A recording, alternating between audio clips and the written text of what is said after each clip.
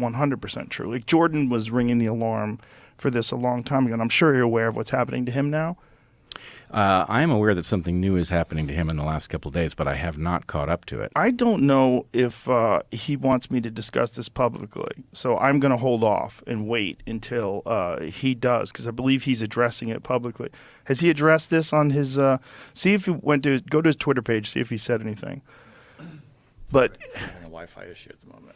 Okay, he's getting in trouble for retweeting some person who was critical of Justin Trudeau and the whatever board of psychologists that they have in Ontario is bringing him in for disciplinary discussions, and I think they're having some sort of they want him to be involved in some sort of a class or some sort of a thing. Here, I should just read it. And if I don't get, I'll contact him. If I don't get his permission, I'll delete this aspect of it. But so here's what it says. It says the College of Psychologists of Ontario, the government-mandated Professional College of Psychologists, has disciplined me and is threatening my clinical psychology license for retweeting the Conservative Party leader Pierre Poilievre, how do you say his name? Not sure. Criticizing Justin Trudeau, the chief of staff Gerald Butts, someone named Jacinda Ardern, and an Ottawa city councillor. He is required to participate in mandatory social media communication retraining. To modify my objectionable behavior, which I absolutely refuse to do.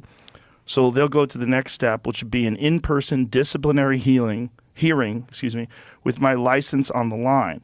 I'm going to make all this public this week. If you're interested, take a look. Canada has given over to the commissars, something I thought I'd never see in my lifetime. Happy New Year.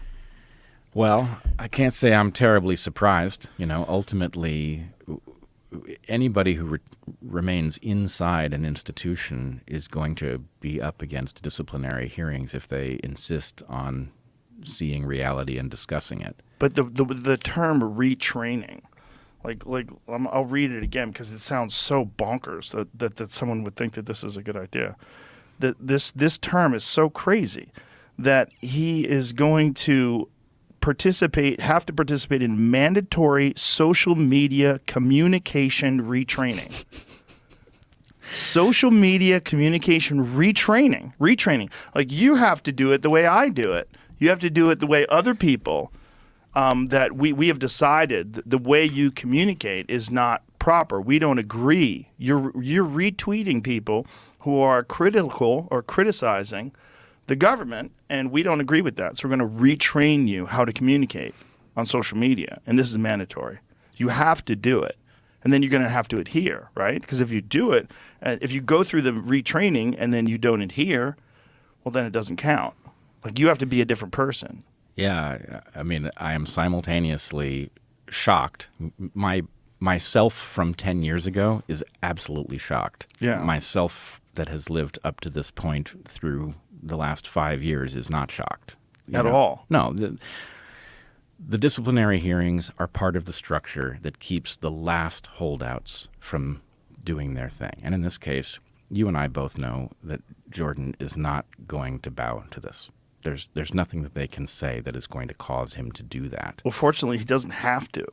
This is the most important part about it, is that Jordan has achieved escape velocity.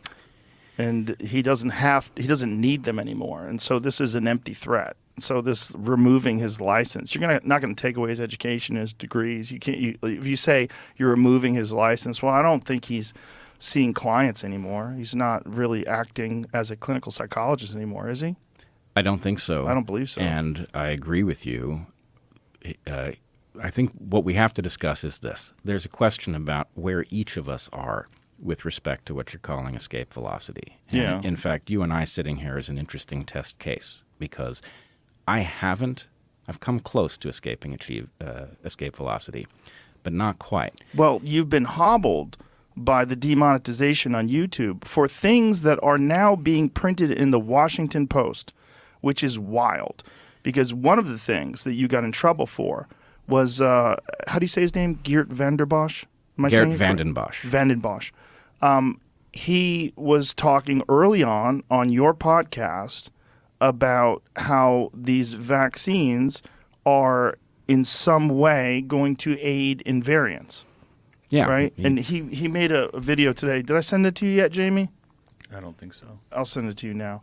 Because he made a new video that's quite chilling. Because he's been very accurate about what he said up until now. And he made a new one yesterday. You have to airdrop it. I'm not going to get it. Oh, okay. Oh, really? Yeah, we're literally having, I'm trying to talk to the IT guys now. Something's wrong with our network. Oh, no.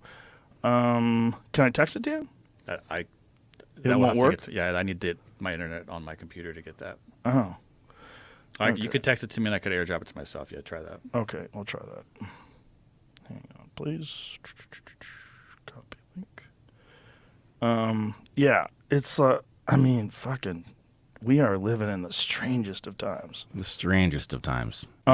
Because when you're ignoring, like if you talk about the Great Barrington Declaration, you're ignoring virologists and epidemiologists and their expert opinion on things. Top flight. Yeah, and then actively talking through emails, openly talking about publicly discrediting these people. Well, there are a number of topics we need to talk about here, but one of them is this clear pattern where those of us who have achieved some kind of immunity to their control speak about these things. We pay some terrible price. We get slandered on our Wikipedia pages and elsewhere, but we persist. And eventually, it forces an acknowledgement of what we were saying that's years late, that has tremendous consequences for what we're actually doing. But I'm convinced that what they're up to is they're fixing the historical record, right? When we stand up to their nonsense and we make it clear what's actually taking place, and they are begrudgingly acknowledging this in the end, what it will look like in their own writing of the record, and they will, of course, write the record, is that, government's a bit slow and they were a little late to acknowledge this, but of course that was because they were being very scientifically careful, which is nonsense. They never would have acknowledged it if they hadn't been forced to it. Yeah, that's what's being revealed with the Twitter files. And this whole thing where there's this massive pushback against Elon Musk. And there's all these celebrities that are virtue signaling and removing themselves from Twitter publicly.